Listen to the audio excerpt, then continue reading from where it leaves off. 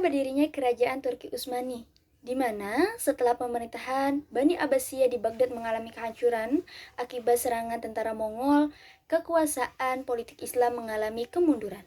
Bahkan, peninggalan budaya dan peradaban Islam banyak yang hancur akibat serangan tentara Mongol dan juga serangan Timur Leng, yang menghancurkan pusat-pusat kekuasaan Islam dan menyebabkan wilayah kekuasaan terbagi menjadi beberapa kerajaan kecil.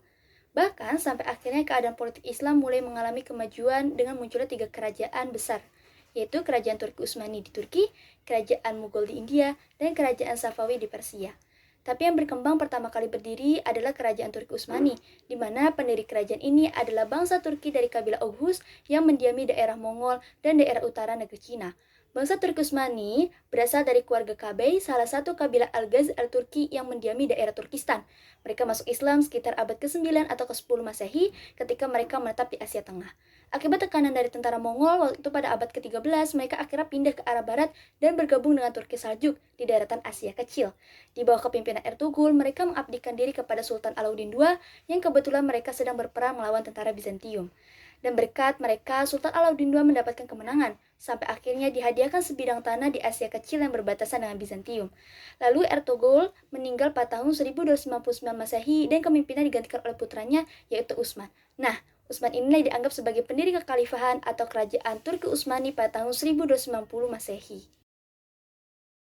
Nah, sekarang saya akan menjelaskan tentang situasi politik, militer, dan pemerintahan dalam kerajaan Turki Utsmani. Negara merupakan integrasi dari kekuasaan politik yang merupakan organisasi pokok dalam kekuasaan politik. Sistem politik pada zaman pemerintahan Turki Utsmani adalah salah satu contoh proses perubahan sebuah ideologi. Awalnya peradaban Islam dengan pengaruh Arab dan Persia. Di bidang militer pun, mereka cukup kuat bahkan berhasil melakukan ekspansi besar-besaran di Asia, Afrika, dan Eropa. Karena keberhasilan ekspansi tersebut juga terciptanya struktur pemerintahan yang baik, diantaranya menjadikan sultan sebagai khalifah atau pemimpin negara, dibantu oleh seorang perdana menteri, dibantu oleh seorang pasha atau gubernur wilayah, ada juga al-zanakik atau al-alawiyah, yaitu sebagai bupati, menjadikan kekuatan ulama atau syekhul Islam sebagai pemegang hukum syariah, dan kekuatan tentara sebagai pengamanan yang dikenal dengan tentara Janisari. Yang kedua, yaitu tentang situasi ekonomi yang berkembang. Karena daerah kekuasaan yang luas memungkinkan kerajaan Turki Utsmani membangun perekonomian yang kuat dan cukup maju. Karena banyak daerah-daerah atau kota yang menjadi sumber perekonomian kerajaan Turki Utsmani pada saat itu. Hal ini peroleh dari rampasan perang, jizyah, dan pajak sesudahnya. Dan dengan dikuasai kota-kota dagang dan jalur perdagangan di laut dan di darat, memungkinkan pula kerajaan memacu kemajuan ekonominya melalui perdagangan. Namun, pada abad ke-17 Masehi, perekonomian pada kerajaan Turki Utsmani mengalami kelemahan akibat munculnya kekuatan Eropa baru pada saat itu. Yang ketiga, tentang situasi politik, sosial, atau budaya. Kebudayaan Turki Utsmani merupakan perpaduan bermacam-macam kebudayaan, di antaranya kebudayaan Persia, Bizantium, dan Arab. Dari kebudayaan Persia mengambil ajaran-ajaran tentang etika dan tata krama dalam istana raja-raja.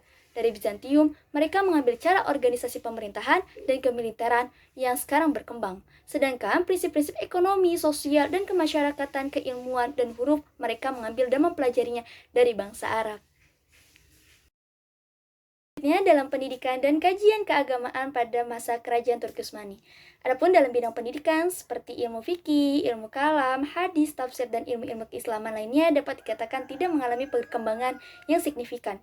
Berarti karena pada zaman Turki Utsmani lebih mengedepankan kepada ekspansi atau perluasan wilayah.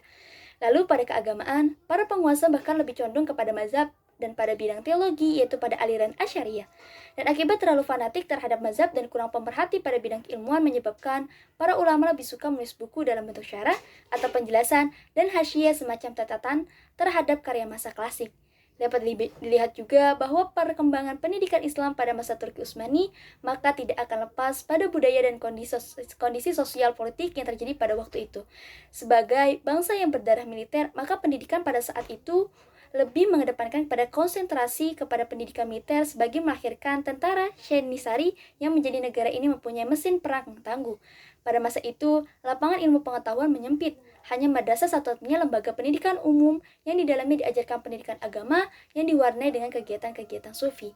Maka pada pertengahan abad pendidikan Islam mengalami kemunduran dikarenakan masyarakat lebih memperdalam ilmu tasawuf dan kurikulum yang digunakan juga bukan kurikulum resmi. Tidak adanya kurikulum yang konkret dan metode hanya pada metode hafalan saja. Sehingga hanya melahirkan para sarjana yang dapat membuat karya-karya komentar dan bukan karya-karya orisinil. Setelah adanya reformasi pada masa Sultan Mahmud II melakukan beberapa perubahan, di antaranya yang pertama, mewajibkan kehadiran siswa di kelas, kedua, dibuatnya sistemnya kelas, ketiga, membuat sekolah asrama bagi anak-anak yatim, yang keempat, mengawasi kualitas guru, yang kelima, serta administrasi sekolah pendidikan dikelola oleh Syah al-Islam. Sampai akhirnya muncul istilah tanzimat atau organisasi kerajaan. Sekolah-sekolah pun ditata ulang dan tak ada lagi yang sembarangan menjadi guru karena yang menjadi guru harus mengantongi surat izin dari kerajaan. Dan pada saat itu juga mulai adanya tingkatan kelas dan ujian bagi para siswa.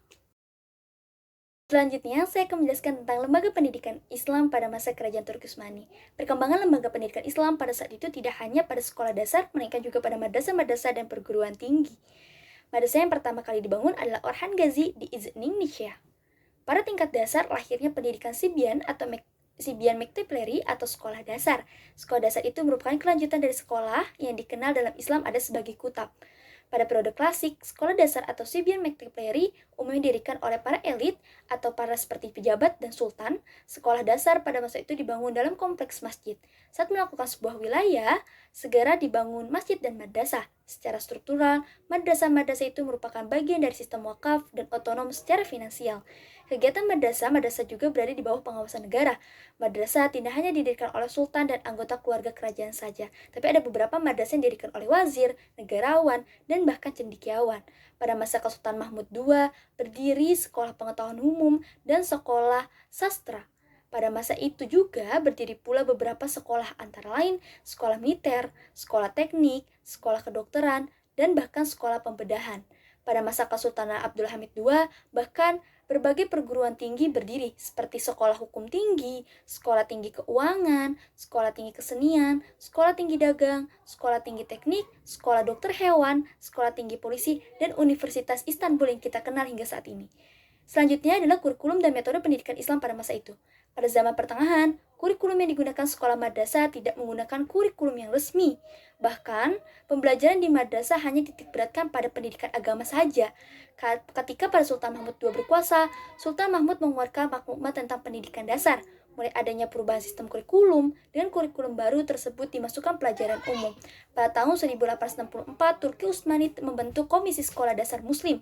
Kurikulum mulai disusun lebih baik, tahun sekolah dasar mulai diajarkan beberapa pelajaran tambahan, seperti seni menulis indah kaligrafi, kewarganegaraan, geografi, dan aritmatika.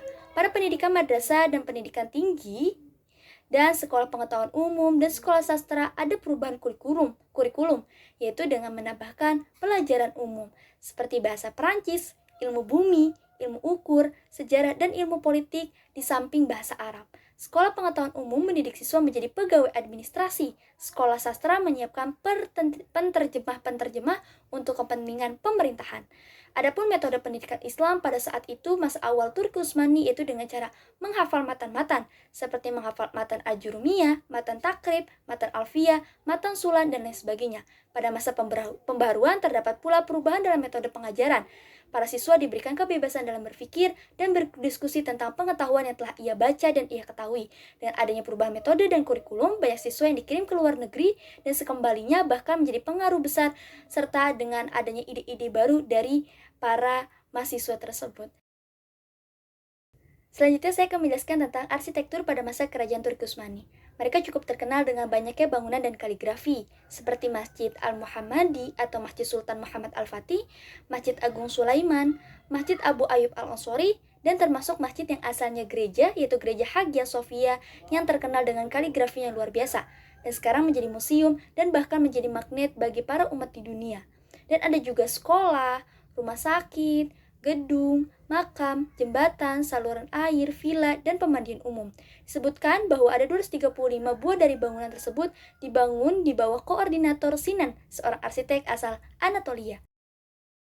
Dapat diambil dari pelajaran tentang kekuasaan Kerajaan Turki Utsmani.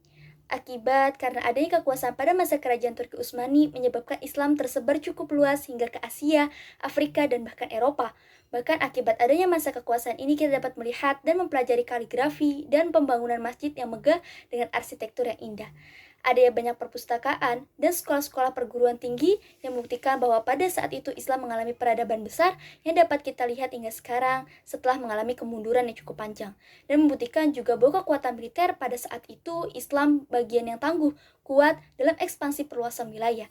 Kita dapat mempelajari bahwa pada zaman tersebut tidak membeda-bedakan kelompok atau individu, ada sistem perundang-undangan yang cukup baik, pemerintahan yang diatur dengan baik, dan bahkan sekolah-sekolah madrasah yang diatur dan ditata ulang dengan baik pada masa Mahmud II dan pada Sultan Sulaiman. Bahkan yang dapat kita lihat hingga sekarang adalah Universitas Istanbul di Turki yang sekarang banyak para mahasiswa bahkan dari Indonesia pun yang banyak berkuliah di sana, mengabdi di sana, dan memperoleh ilmu dari sana sebagai peradaban selanjutnya. Dan bahkan dari gereja Hagia Sophia yang sekarang menjadi masjid, itu dapat kita lihat dan menjadi mata dunia, pusat umat Islam dan umat Kristen dalam melakukan sejarah peradaban Islam selanjutnya. Sekian, terima kasih. Wabillahi taufiq wal hidayah. Wassalamualaikum warahmatullahi wabarakatuh.